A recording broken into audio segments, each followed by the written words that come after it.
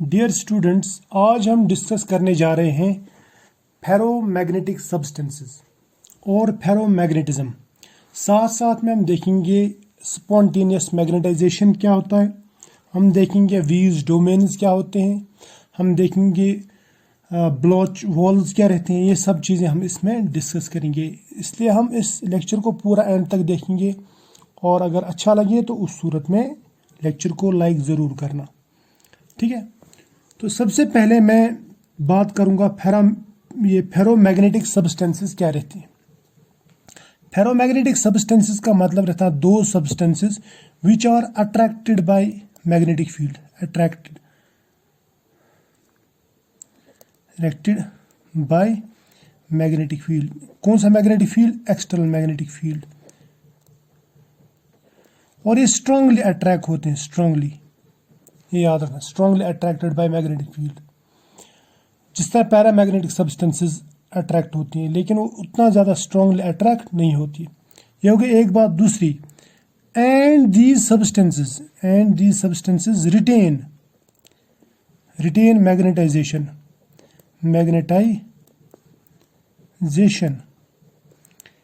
Even after external magnetic field is removed। ये याद रखना, यानी इनमें मैग्नेटाइजेशन फिर भी मौजूद रहती है। अगर मैग्नेटिक फील्ड हम रिमूव भी करेंगे तब भी, यानी in absence of magnetic field भी इनमें मैग्नेटाइजेशन रहती है। And the magnetization existing in a ferromagnetic material in the absence of an applied magnetic field is called spontaneous magnetization. ये याद रखना, यहां पे लिखूंगा मैं स्पॉन्टेनियस मैग्नेटाइजेशन। क्या है spontaneous magnetisation?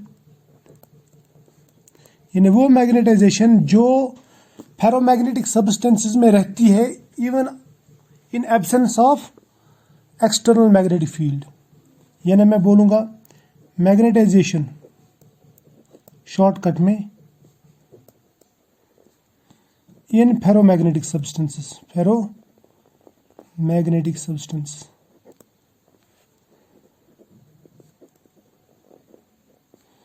in absence of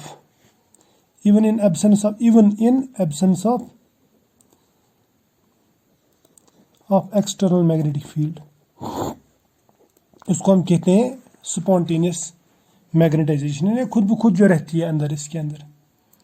समझ में आना? तो ये फेरोमैग्नेटिक सब्सटेंसेस की बात है। अब पैरामैग्नेटिक और फेरोमैग्नेटिक में आपको मैंने डिफरेंस बताया कि पैरामैग्नेटिक भी अट्रैक्ट होती है towards magnetic field, ferromagnetic substances भी अट्रैक्ट होती है, लेकिन पैरामैग्नेटिक सब्सटेंसेस मैग्नेटाइजेशन को रिटेन नहीं कर सकती। उनमें मैग्नेटाइजेशन तभी होती है जब अप्लाइड मैग्नेटिक फील्ड हो, यानी जब हम एक्सटर्नली मैग्नेटिक फील्ड उस पर अप्लाई करेंगे, वरना उनमें नहीं रहता। जबकि फेरोमैग्नेटिक में मैग्नेटिक फील्ड हटाने के बाद में भी उनमें मैग्नेटाइजेशन रहती है। यानी in absence of external magnetic field there is some magnetization and that magnetization is called spontaneous magnetization. Spontaneous magnetization, ये याद रखना, स्पॉन्टेनियस मैग्नेटाइजेशन। अब इस चीज को हमें एक्सप्लेन करना है ना। एक तो स्ट्रांगली अट्रैक्ट होती है और उसके बाद में ये इनके अंदर मैग्नेटिक फील्ड मौजूद भी रहता है। इस चीज को हमें एक्सप्लेन करना है। तो मैं बोलूंगा दीज आर स्ट्रांगली या वेरी स्ट्रांग। ये जो मैग्नेटिज्म है ना, फेरोमैग्नेटिज्म,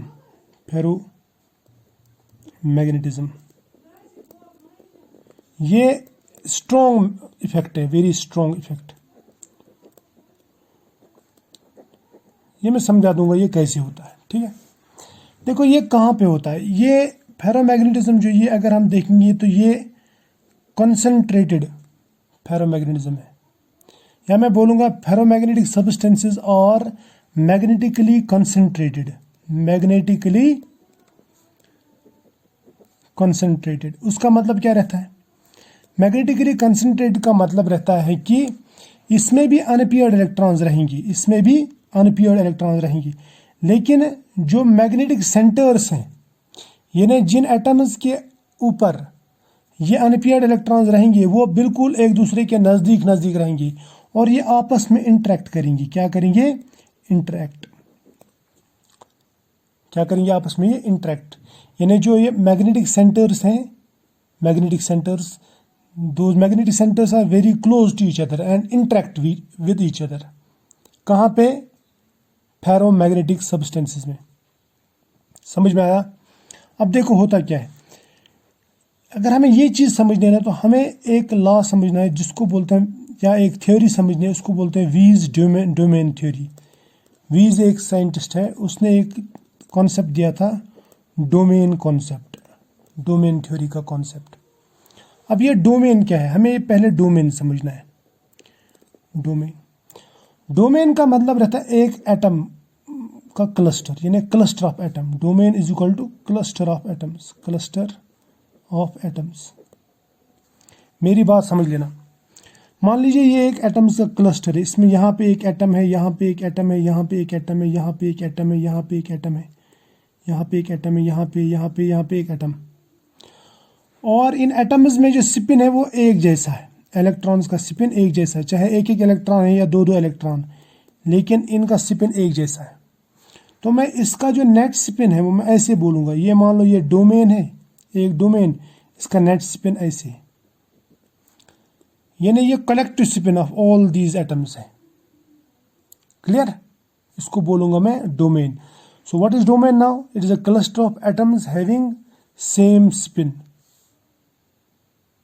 या having spins in same direction, या having magnetic field in same direction, having magnetic dipoles in same direction, ऐसा बोल सकते हैं आप, उसको कहते हैं डोमेन्स। अब ये जो फेरोमैग्नेटिक सब्सटेंसेस है ना, ये ऐसी सब्सटेंसेस हैं जिनमें ये डोमेन्स बनते हैं, यानी इनमें ये मैग्नेटिक सेंटर्स कंसंट्रेट है। जैसे ये एक सेंटर है, ये एक सेंटर, जैसे यहाँ पे एक सेंटर, दूसरा, तीसरा, दीज आर कंसंट्रेटेड सेंटर्स। अब इन सेंटर्स को मैं ऐसे बनाऊंगा, मान लीजिए एक ये आयरन है, आयरन का एक टुकड़ा है। इस आयरन के टुकड़े में यहाँ पे एक डोमेन बन रहा है, यहाँ पे दूसरा डोमेन, यहाँ पे तीसरा डोमेन, ये चौथा डोमेन। डोमेन की बात कर रहा हूँ मैं, यहाँ पे मैं एटम्स की बात कर रहा हूँ, इसको मैं गोल गोल बनाऊंगा, ये एटम्स की बात है। यानी जब एटम्स नज़दीक नज़दीक आएंगे तो इंटरेक्ट करेंगे तो अगर उनका स्पिन एक जैसा है, यानी उनका मैग्नेटिक डायपोल एक जैसा है, तो ये क्लस्टर जो बन गया इसको बोलूँगा मैं एक डोमेन, यानी ये एक डोमेन। इसका स्पिन मान लो ये ऐसा है, एक डोमेन का, दूसरे डोमेन का स्पिन ऐसा है, तीसरे डोमेन का स्पिन ऐसा है। ठीक इस तरह से यहाँ पे ये चौथा डोमेन, इसका स्पिन ऐसा है, पांचवें डोमेन का स्पिन यहाँ पे ऐसे, छठे डोमेन का स्पिन ऐसे है, सातवें का ऐसे कुछ इस डायरेक्शन में, राइट, आठवें का कुछ इस डायरेक्शन में, and so on. These are domains. समझ में आना?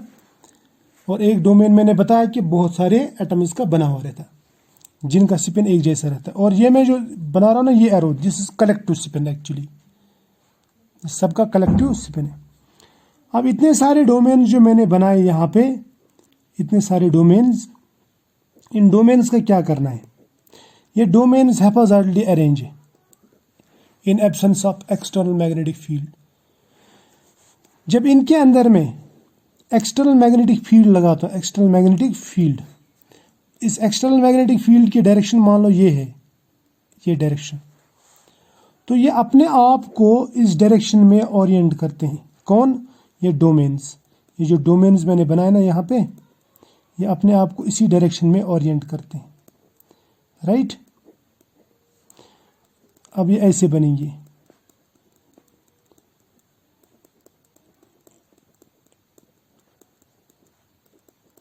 अब ये जो डोमेन है ये क्लस्टर ऑफ एटम्स है ना, एक ग्रुप ऑफ एटम्स है ये क्लस्टर। इसने एक बार एक्सटर्नल मैग्नेटिक फील्ड की प्रेजेंस में अपने आप को ओरिएंट किया तो इसको वापस लाना मुश्किल है। यानी जब हम मैग्नेटिक फील्ड हटा भी देते हैं तब भी इनके अंदर कुछ न कुछ मैग्नेटिक मूवमेंट रहता है, क्योंकि डोमेन वापस इस डायरेक्शन में तो जा सकता है लेकिन वापस लाने के लिए कोई फोर्स नहीं है, दूसरा फोर्स जिसको वापस लाए। तो इसलिए इजीली वापस नहीं आते, तो ये अपने अंदर मैग्नेटिक फील्ड जो है वो रिटेन करते हैं, यानी मैग्नेटाइजेशन रिटेन करते हैं। क्लियर, समझ में आया?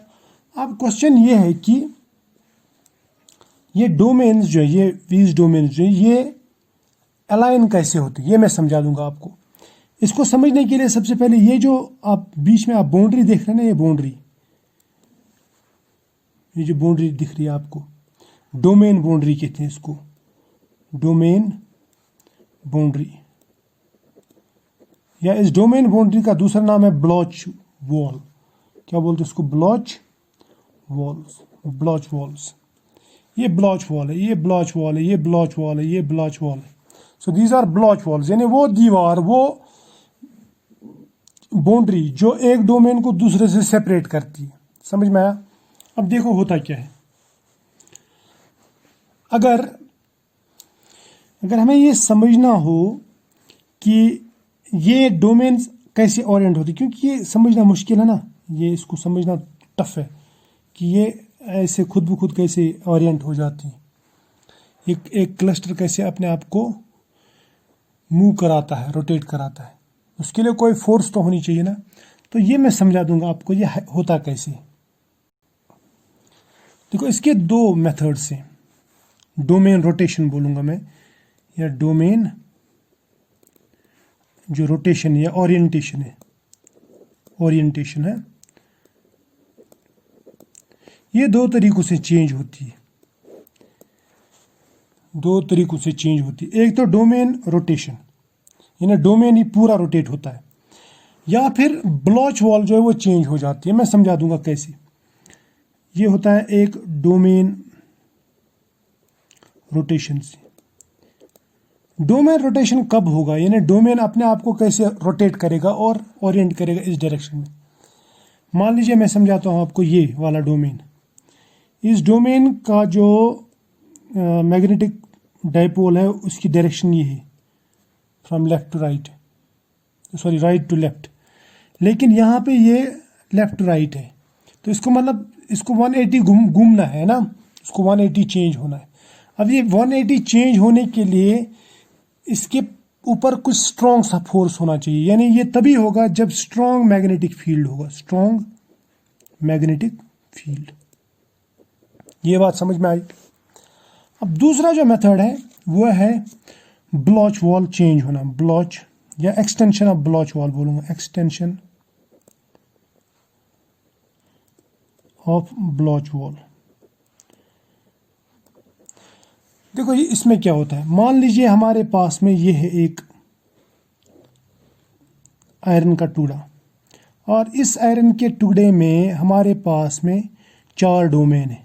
एक डोमेन की डायरेक्शन ये है, दूसरे डोमेन की डायरेक्शन ये है, तीसरे डोमेन की डायरेक्शन ये है, चौथे डोमेन की डायरेक्शन ये है, और मैं यहाँ पे फील्ड अप्लाई कर रहा हूँ H, लेकिन उस अप्लाइड मैग्नेटिक फील्ड की डायरेक्शन ये है, ऐसे। समझ में आया ना?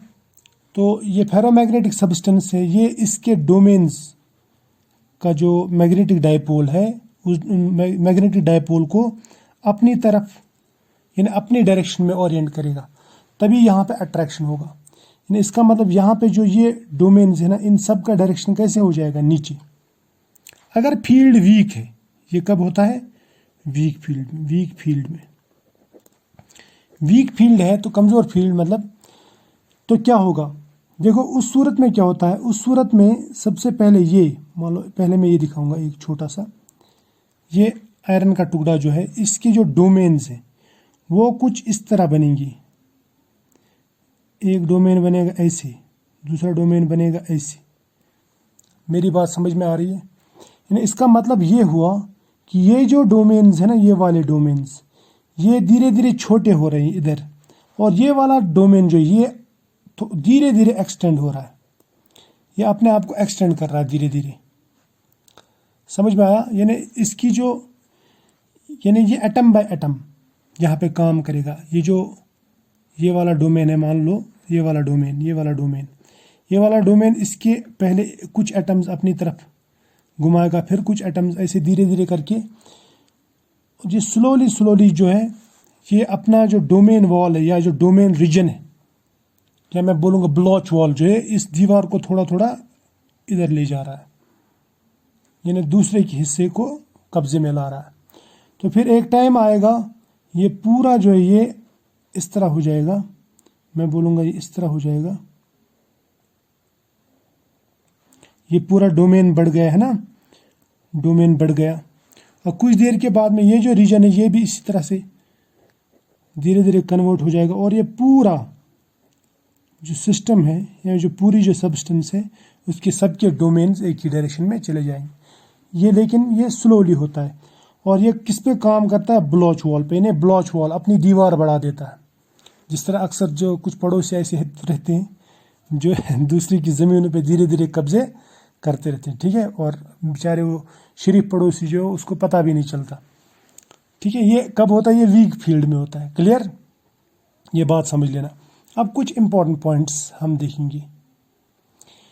फेरोमैग्नेटिज्म के बारे में मैंने आपको बताया कि ये वो मैग्नेटिज्म है जो रिटेन होता है इवन आफ्टर रिमूविंग या removal of this external magnetic field.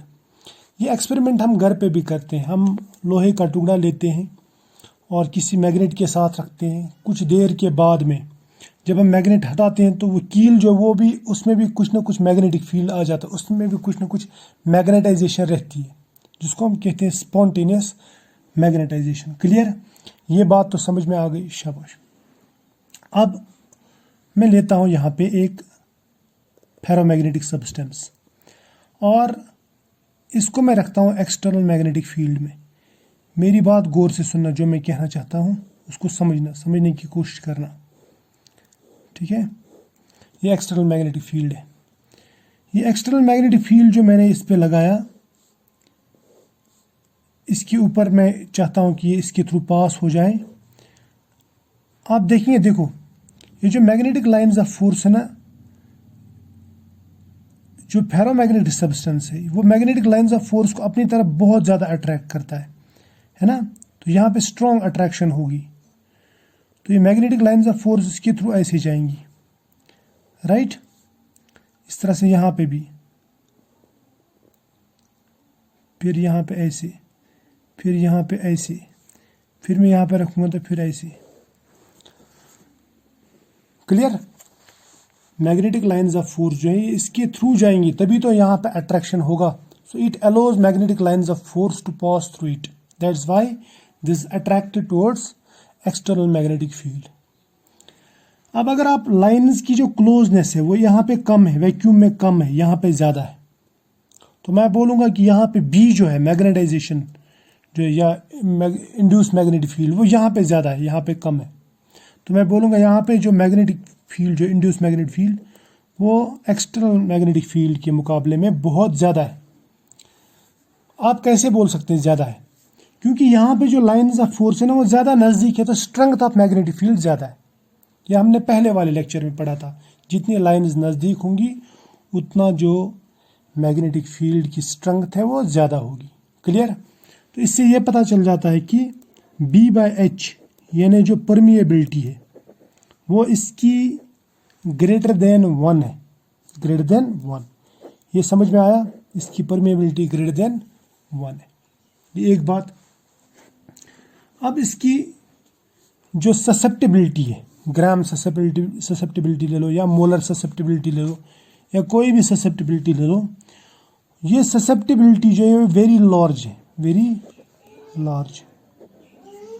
Large कितनी लार्ज?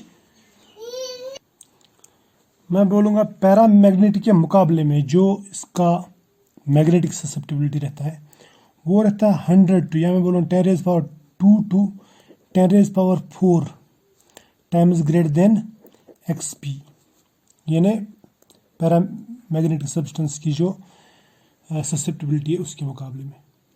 या मैं इसका ऐसे भी बोल सकता हूँ 10⁻² to 10⁻⁴ into 10⁻⁻6 CGS यूनिट्स, यही कह सकते हैं ना हम, शाबाश।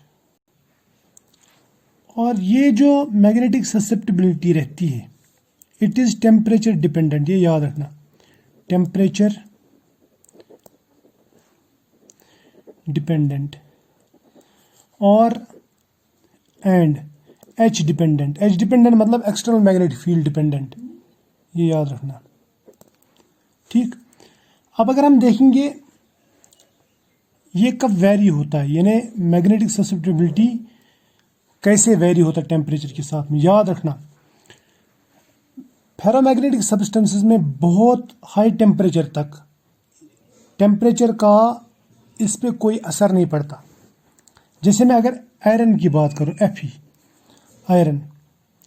आयरन को अगर आप मैं बताऊंगा ऐसा 1041 केल्विन, और अगर मैं डिग्रीज में लूंगा तो वो आता है 768 डिग्री सेल्सियस, यहाँ तक अगर आप ले जाएंगे तो इस पे टेम्परेचर का कोई असर नहीं पड़ता, यानी ये चेंज नहीं होता है, ये चेंज नहीं होता। कौन?